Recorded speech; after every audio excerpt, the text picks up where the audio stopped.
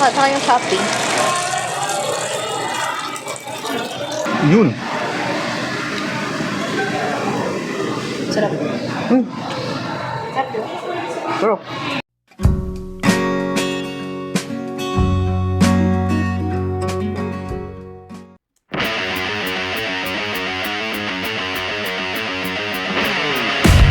So what is up mga detective, pumunta kami ng Isitan Recto at kumain kami sa Sizzling Palace, isa itong institusyon dito. Samahan nyo kami, tatakawin na naman namin kayo, let's go!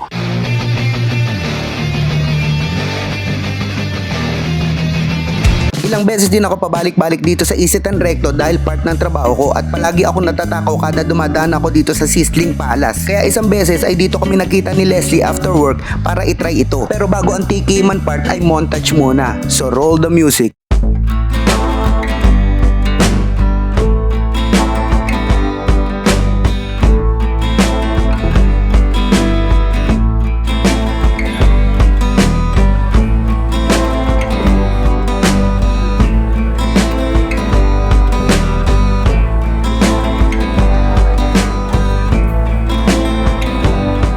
And as usual nga pala sa channel na ito yung menu nila. You can pause it here so you can check it out.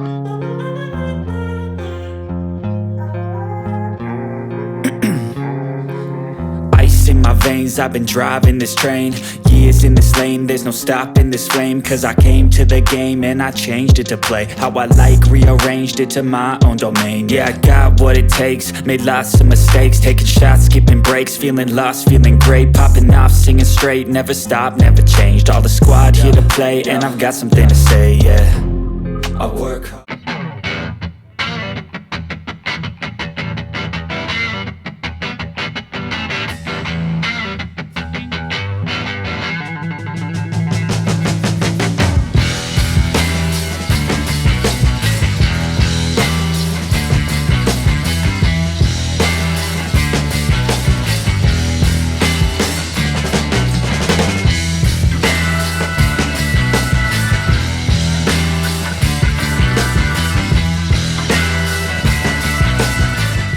Uunahin ko nga pala tong free soup nila. Syempre ito unang-unang sinoserve palagi. And unlimited soup nga pala sila dito bukod sa unlimited rice.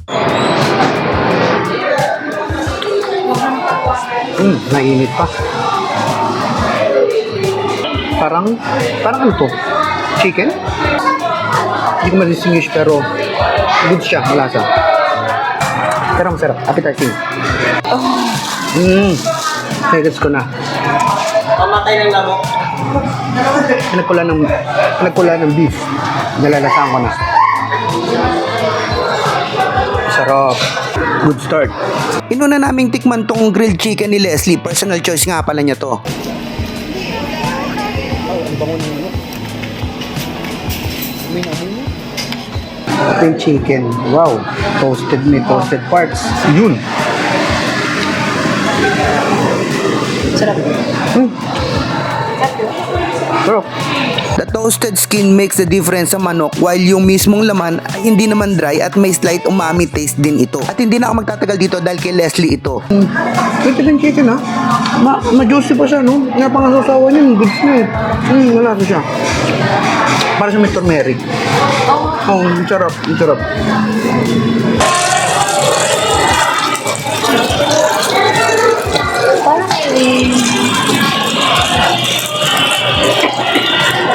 Sobrang yelo din ng sisig, no? Parang may turmeric din siguro to. Yan, no?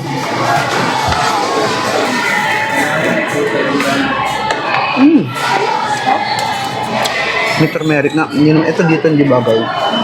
Hindi bagay sa sisig.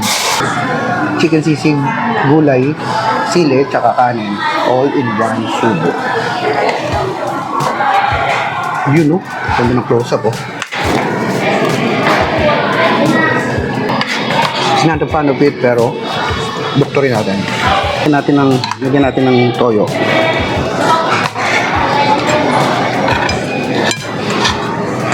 Ngayon, nilagyan ko ng toyo. So, tingnan natin kung magbabagay siya. Kung na doktor ba. With toyo.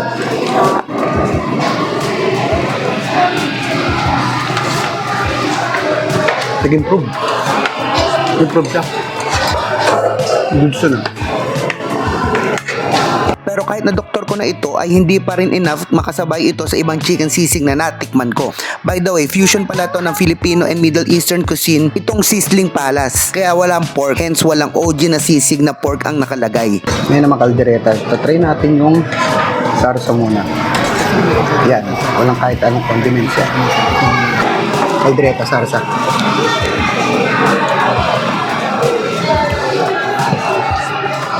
Matamis. Parang carnival. Parang sobrang sa bell pepper. Lasang-lasa yung tamis ng bell pepper. At yung meat malambot. Ayun, malambot. Good job.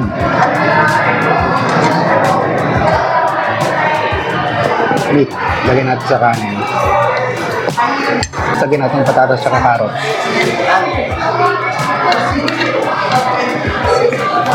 Kanin, beef, sarsa, carrots, tsaka patatas, all in one. Ayan. Malambot yung meat.